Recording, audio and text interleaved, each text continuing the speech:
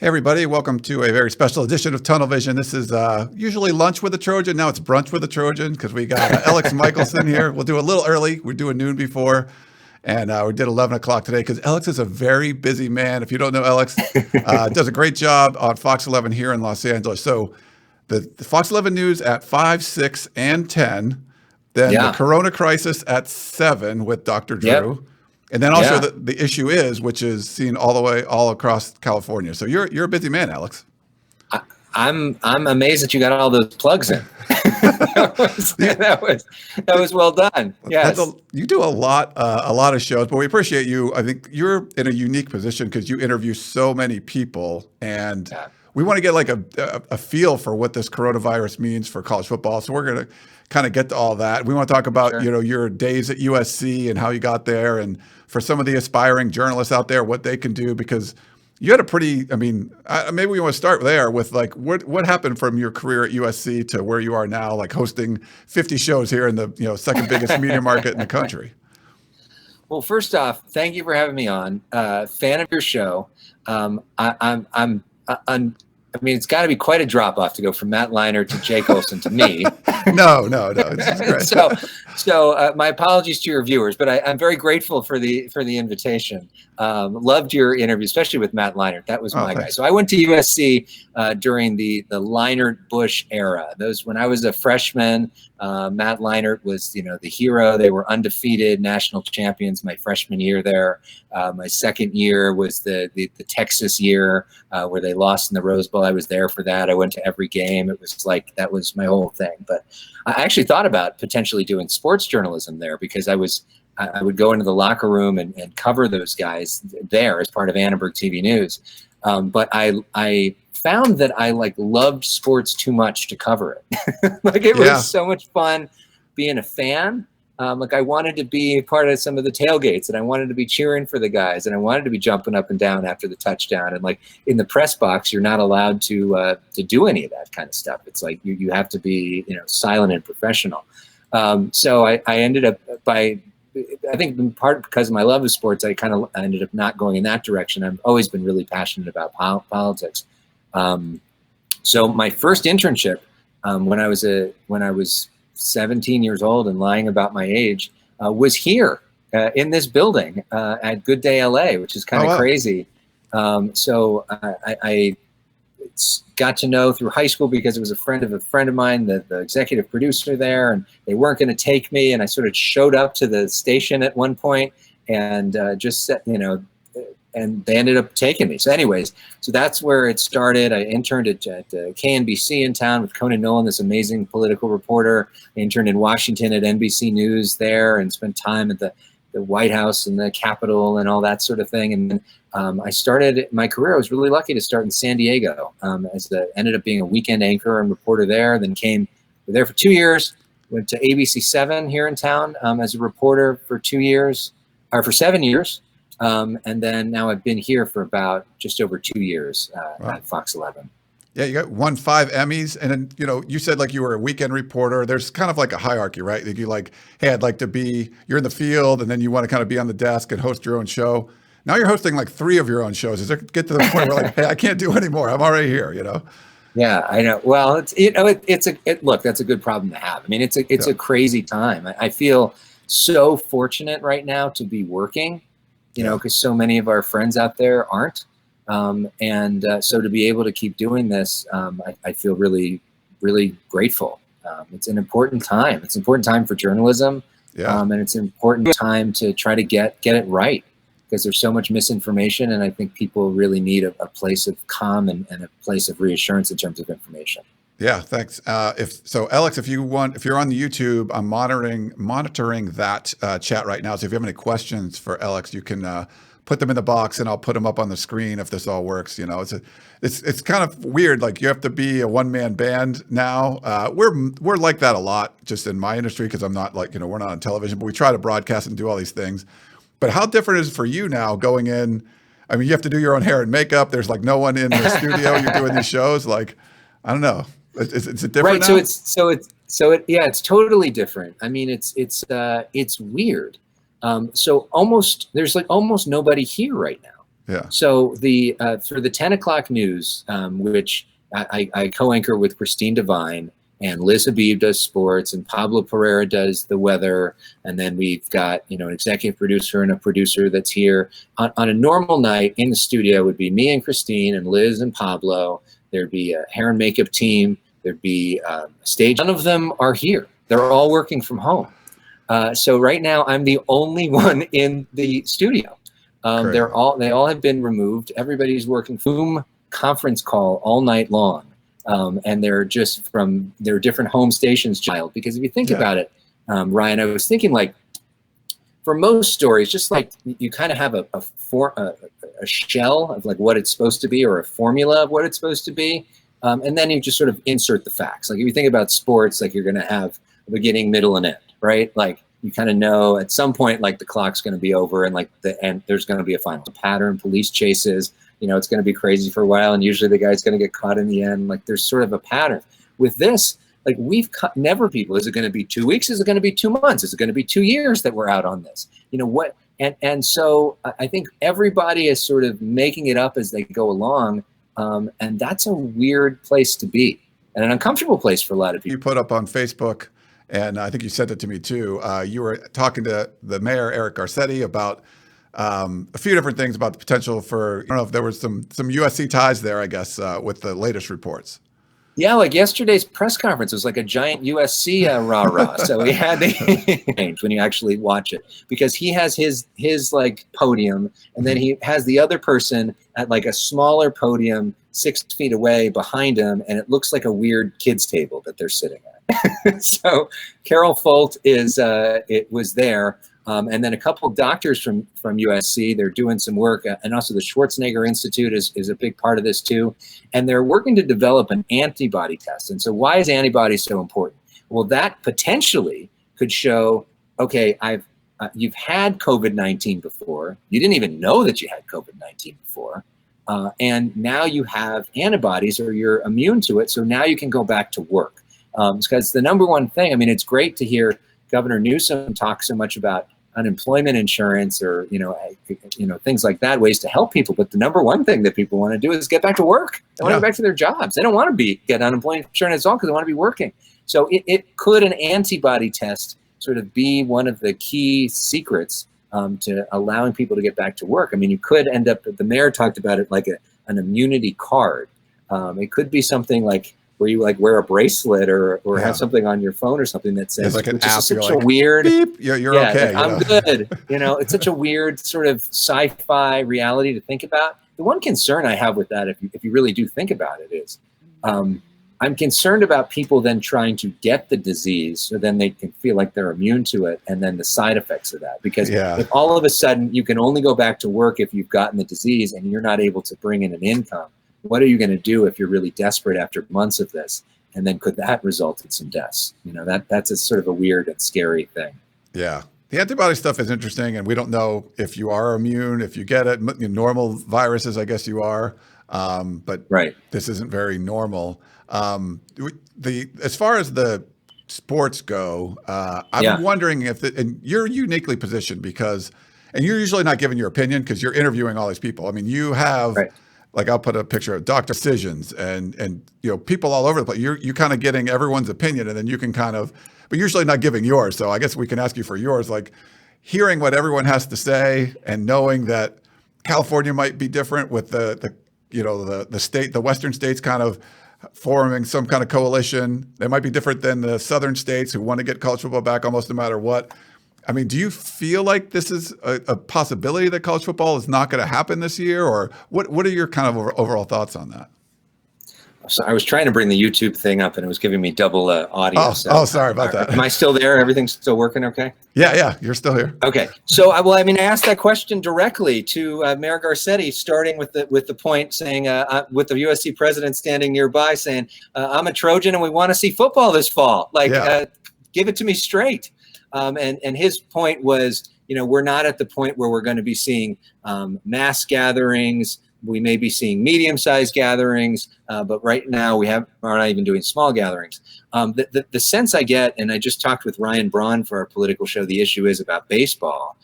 It seems like if you really talk to the athletes or the people in the know, it seems like the idea of having some sort of sports in the fall seems realistic, but without fans.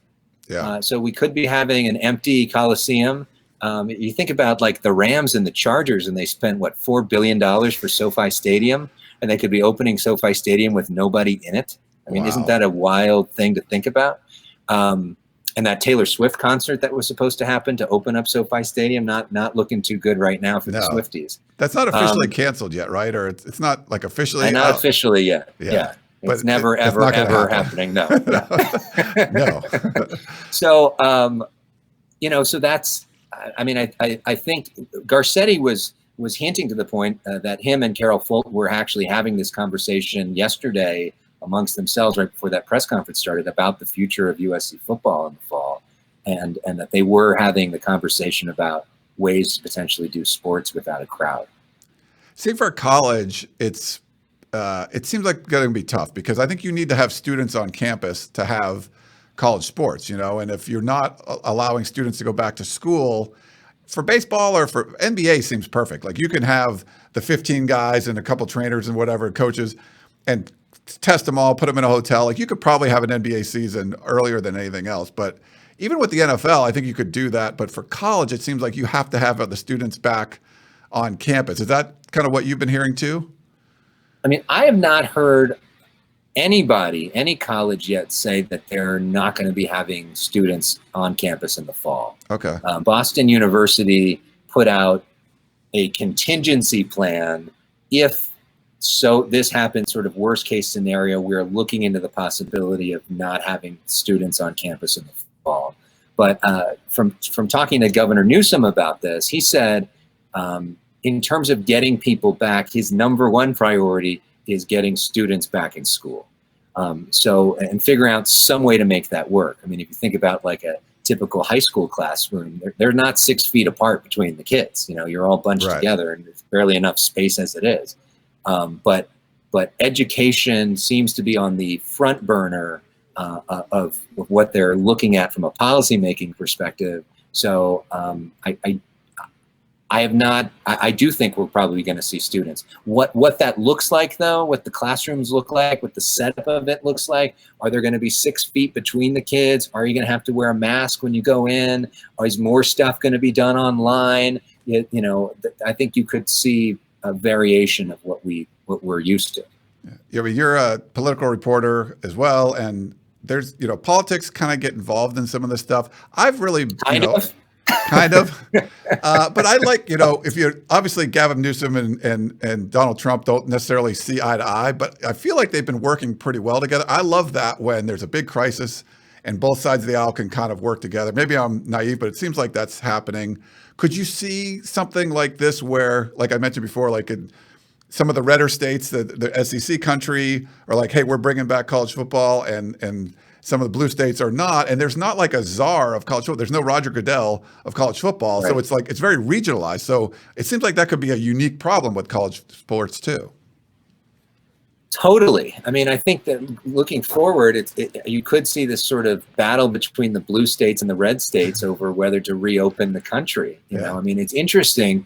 If you look at California, which did take some of the most aggressive stances on this, which some people criticize, we are doing better right now when it comes to the coronavirus, and some are speculating it's because we did all of that stuff. You look at the death rate per 100,000 in New York right now, it's 50. In California, it's 1.7. We're like way below even the initial projections in California because we've been doing all of this work. And it'll be interesting to see when this whole thing is over, like What's that look like in Florida, where they clearly like waited a lot longer with their red state governor in terms of enacting? Does it make a difference or does it not? We'll see. But even though the president said that he had total authority over opening up the country, he had to back up or back off of that the next day when he had conversations with the governors. I mean, the 10th Amendment gives the power to everything not explicitly laid out in the Constitution to the states, including that police power that he's talking about. And so that's why you see these sort of regional task force. You see the Western state governors working together, the Northeastern state governors are now working together, because the conditions are different in different places. You know, there isn't maybe as many cases of coronavirus in North Dakota as there is in New York City, because, you know, density matters. And a city like Los Angeles is laid out in such a different way than maybe some of those cities down south too. Yeah, it's, I mean, this is, like you said, this is such a unique problem. We've never seen anything like it. I mean, it could be those other sports. We've already seen the University of Cincinnati cancel their, you know, disband their men's soccer program. And I'm, you know, I think a lot of people are worried, athletic departments are worried that a lot of that's going to be happening, especially if there's something that happens to the cash cow, which is college football. Right. I mean, you think about it now, I think right now, like, we're all in the sort of the eye of the storm of the hurricane. So you're not seeing all of the announcements of all the budget cuts because people are just trying to get through the day. Yeah. And everybody's at home, and it's like, we're just, you know, people aren't paying rent right now. It's like people are just sort of putting their eyes down and like, let's get through it. But it is so frightening to think about what our world's going to look like in a couple months from now, when we do sort of get out of the health aspect of this and then have to deal with the financial fallout of all this. You know, the budget cuts that are going to come everywhere, including like a TV station, right? I mean, our number one source of ad revenue is sports. I mean, that's what propels pretty much our entire station. Right now, we don't have any, you know? I mean, our ratings are way up. A lot more people are watching TV, but our ad revenue way down, because who has money, extra money to advertise right now? Yeah, that's you know, so we're probably going to have to lay people off. You saw that the LA Times just announced massive furloughs that they're having to lay people off too. And not to mention, there's been reporting about like local governments. What's this going to do to like local police or local emergency service or other things going forward? Because people just aren't going to have the money. I mean, the government's shelling out so much money right now. At some point, those bills are going to come. Yeah. It is crazy. A lot of coronavirus talk, and definitely make sure you check out the 7 p.m. show. So I'll put the picture up again. Dr. Drew. Yeah, so what we do, I'll just give it a shout out to that. Sure. So every night at 7 o'clock, Dr. Drew and I, we do a show. The whole tagline is separating fact from fear. We try to give you like the most important headlines of the day and break it down in a really simple, understandable way, sort of cut through the crap. Here's what you need to know about it. We try to bring in different newsmakers, sort of like some of the key newsmakers of the day, to talk about where things are going forward.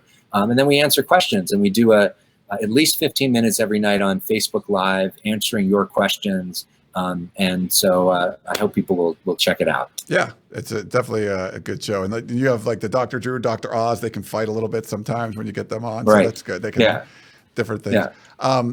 Going back to USC a little bit more, how are the ties for you to USC? I was at the event you did last year with the Juju Smith-Schuster Foundation. I'll put a picture up of that, where you emceed, and you had Sam Bam Cunningham and Anthony Munoz, and Juju was up there, and Clay Helton. I mean, are you doing a lot of events like that? And you? And I was there, yes. You get to do a lot of events like that? Are those fun for you?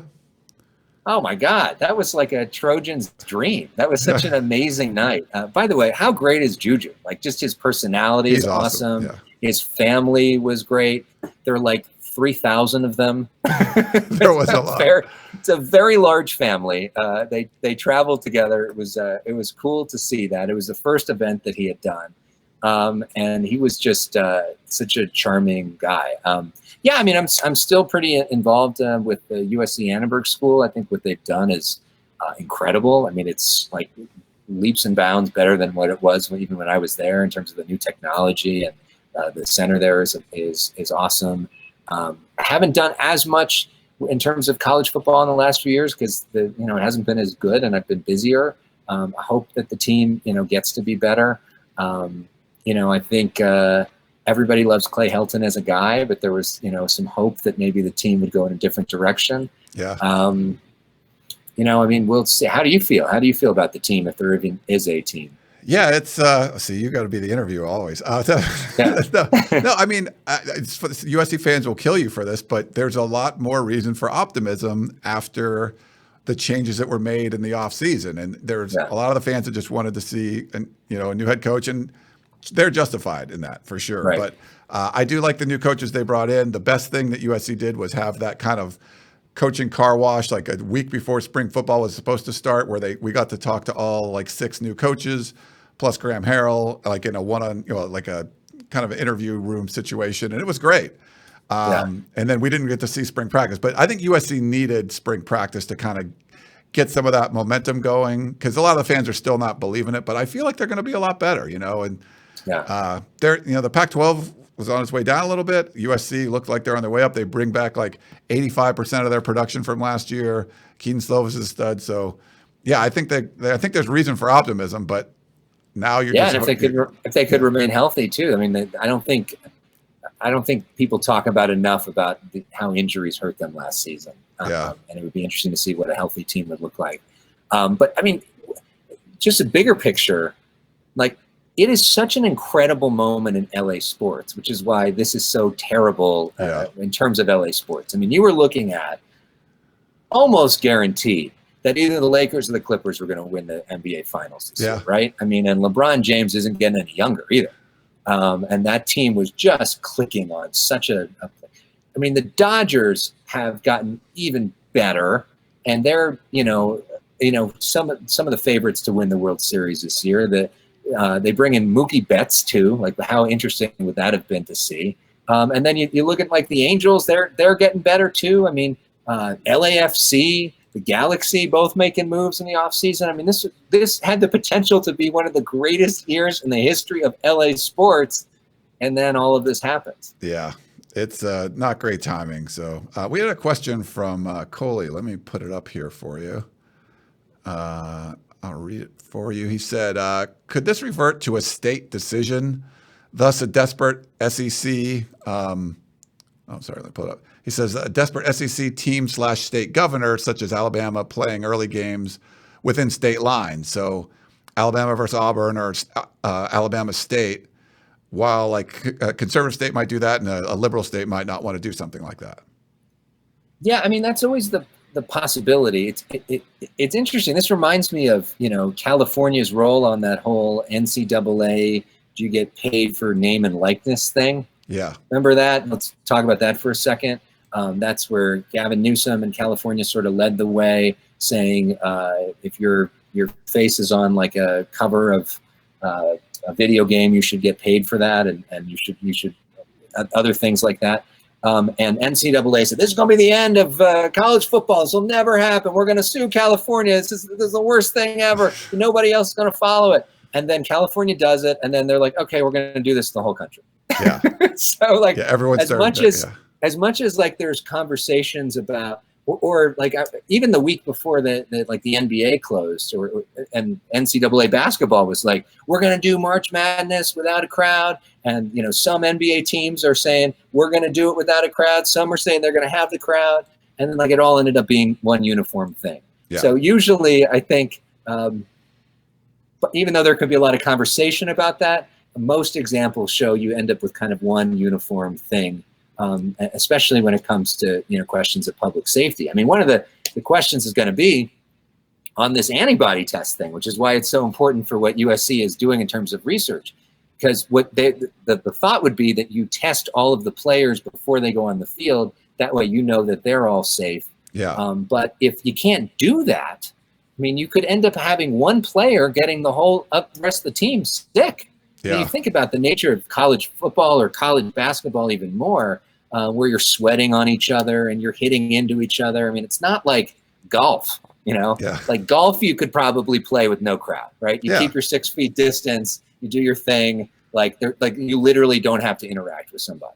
But if you're talking about football or basketball, how do you not bunch up against people? I mean, it's amazing. I don't know if you've seen, like, I try to work out or go for runs by parks, and I still see people playing basketball, which to me is like nuts.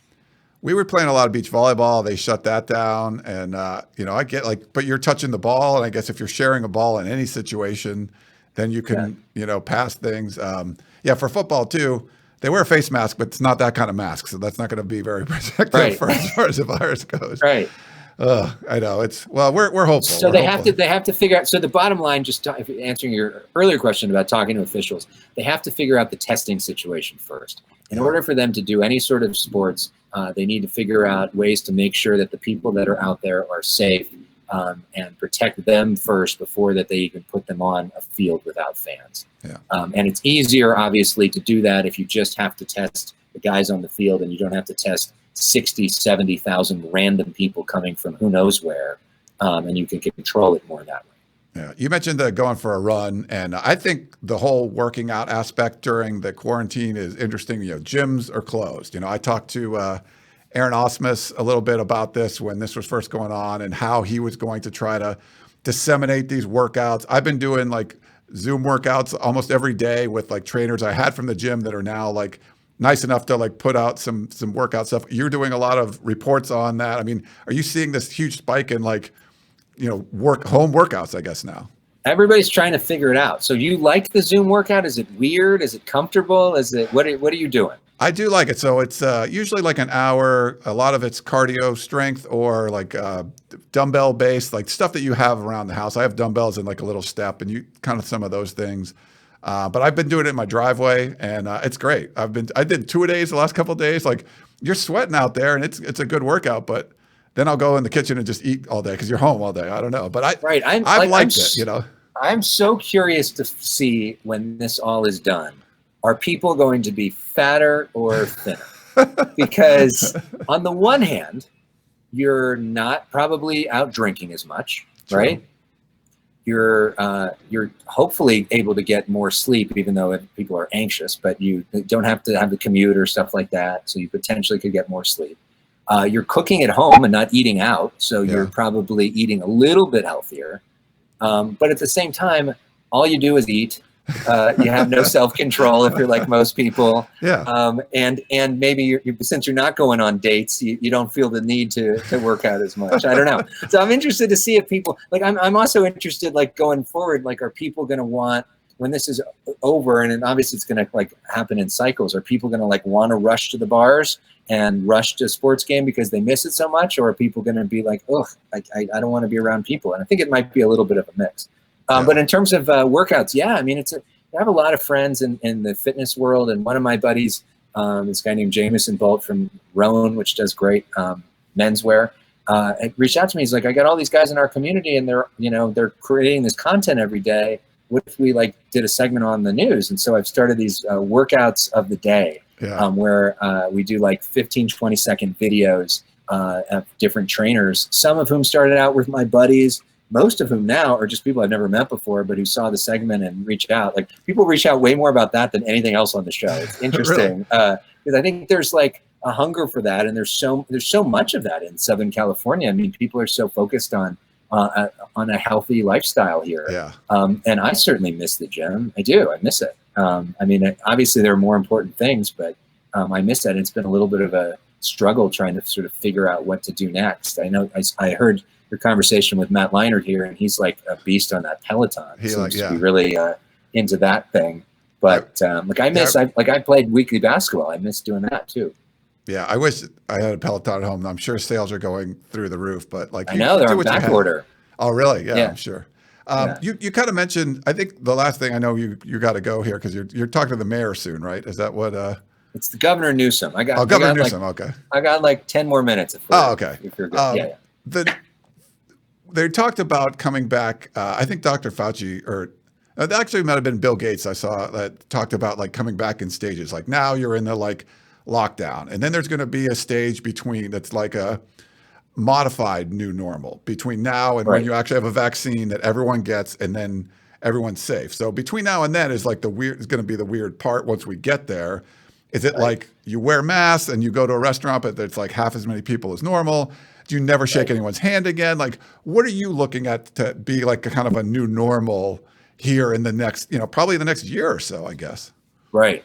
Yeah. So Governor Newsom describes it as it's like not flipping a switch. It's like using a light dimmer. So think of it that way. Like it's like a slow sort of transition. And yeah, a lot of the things that you just said. I mean, I think we're going to be looking at distances at restaurants. They're talking about that your server's probably going to be wearing a mask. The menus themselves may be disposable so that the same people aren't using them, or like easy to wipe down or something like that. Not all businesses are going to come back at first. I think they got to figure out each different place and how it all fits, and maybe something like a gym is one of the last things that they allow back, because that is probably like the most breeding ground for something like this. Yeah. It's going to be sort of a slow walk back. It's hard to imagine, things like we're probably not going to be doing handshakes for a long time. Yeah. That's going to be kind of like our new normal. It's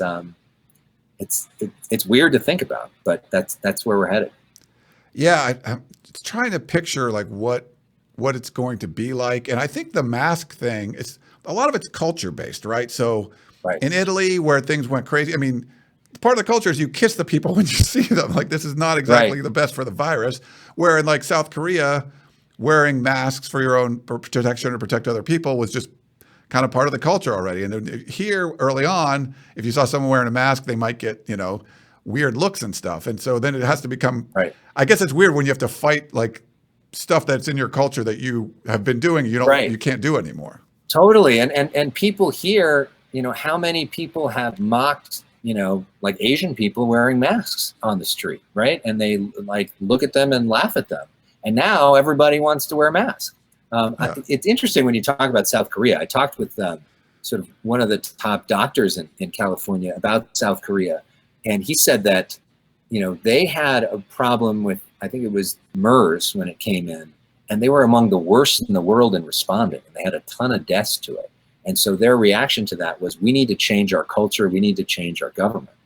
So they created the pandemic task force. They changed some of the cultural norms in terms of masks. They changed their reaction time on things like this. So they went from being one of the worst countries in the world in terms of their dealing with it to perhaps the best country in the world because of the a dramatic change in their behavior over the last decade or so.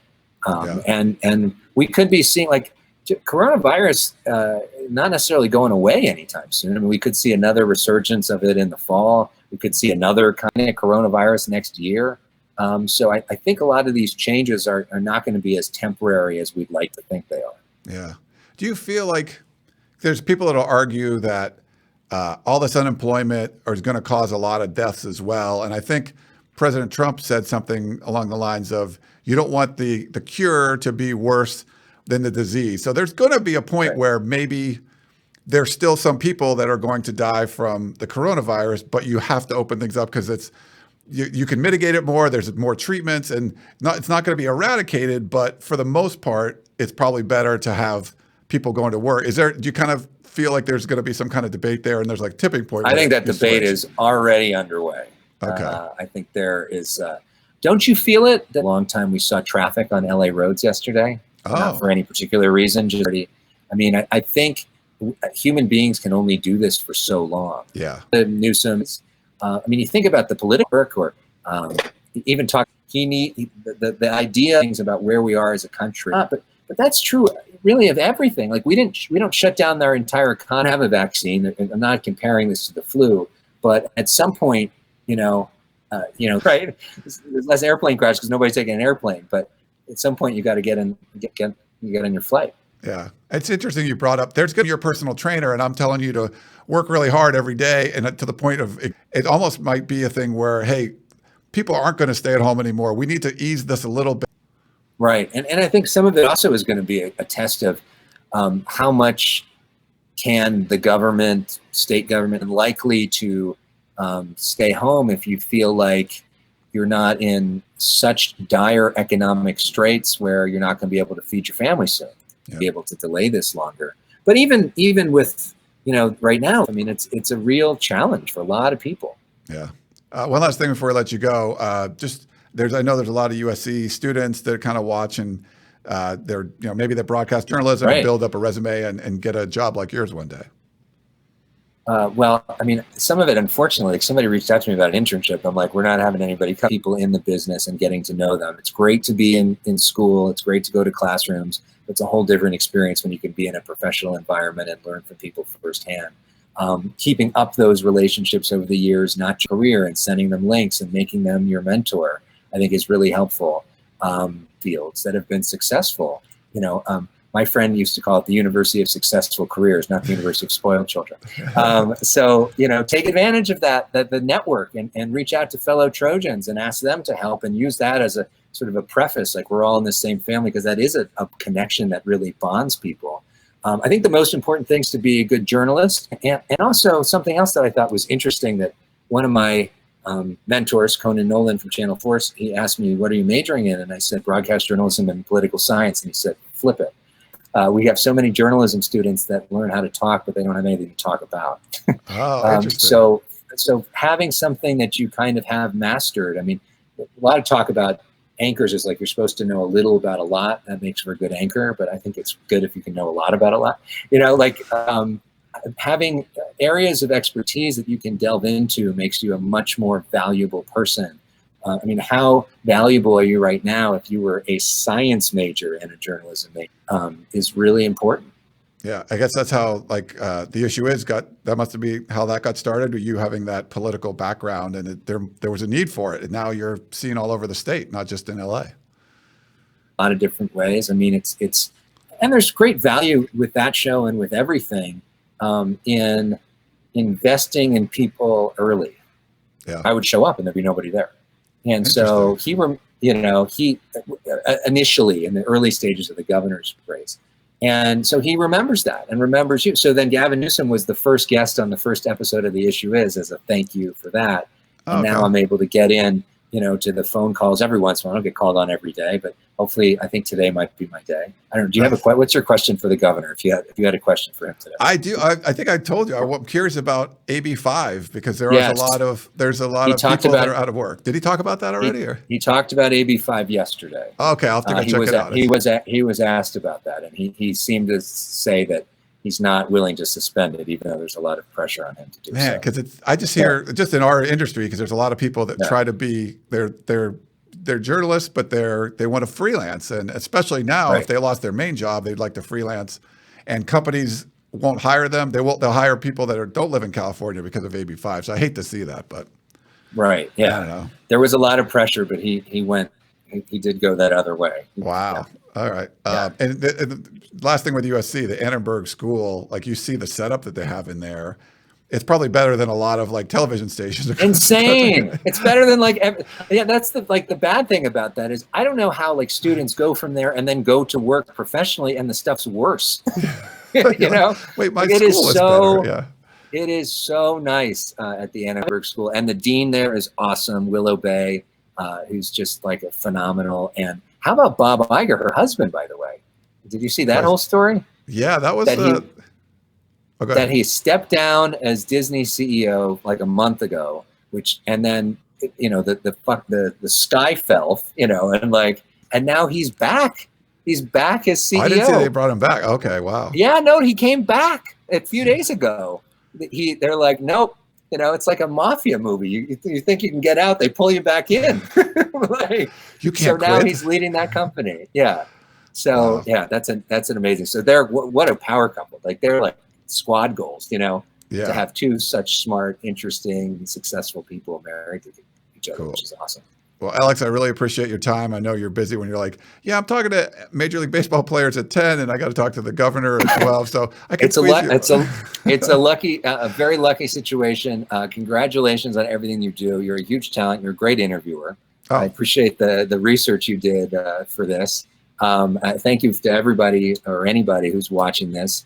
And I'm so grateful to USC. It's been such an important part of my life, continues to be. There's nothing that makes me happier than thinking about USC football. And I was so spoiled during that time. It was we got it so good that it's hard to, for it ever to compete with that. But And the cool thing about this job, just to go to that point, and I loved your interview with Matt Leinart, I got to do a profile piece because, the new face of college football for Fox Sports is Matt Leinart and Reggie Bush. Yeah. And got to go visit them in their studio. And like, of all the stories I've done, it was the one I was like most excited about because like the kid in me. Who was your like USC idol when you were either there or when you were like younger? Who was your go-to? So you grew up in Southern California. I grew up on the East Coast and came to USC. And that was like the Todd Marinovich years and stuff. But I liked Ricky Irvins, who was the running back at the time. Chris Claiborne, he's still around now. Actually, USC's is supposed to hire him. He won the Butkus Award. He was around. But Junior Seau was probably my favorite player when I came to USC, the linebacker, rest in peace, Junior. But those are the kind of guys when I got to USC that were fun to watch. But it was a little lean. They won the Rose Bowl my freshman year, and then it kind of got a little leaner after that, Alex. So you had a better run when you were in school. I know, we were so spoiled, and then it's like hard to ever compete with that. It was such a good time. And I have so much love for Pete Carroll and all that stuff. And we did a great, and I don't know if you've done one, but I would suggest reaching out to Michael Gervais. Do you know him? No, I don't. Who does he's a psychologist who works very closely with Pete Carroll. He's got this great podcast called Finding Mastery. Oh, yes. And he's like a mental coach for the Seattle Seahawks. And he's like Carroll's like go-to guy for the way that he thinks. We did a segment with him recently, and he's really helpful to talk to in this crazy time. Interesting. That would be interesting to do. I think Jake Olson would talk with him too, or something. I think they might have done something together too. So Makes another inspirational sense. person. But hey, I know I'll let you go talk to the governor and everything. But we'll see. I probably won't get in, but I'll give it a try. Thank you. It won't be as good or as interesting as you. Thank you. Thank you for the time and fight on to everybody. All right. Thanks so much, Alex. All right. Hope you guys all enjoyed that. Thanks again to Alex, and we'll see you guys next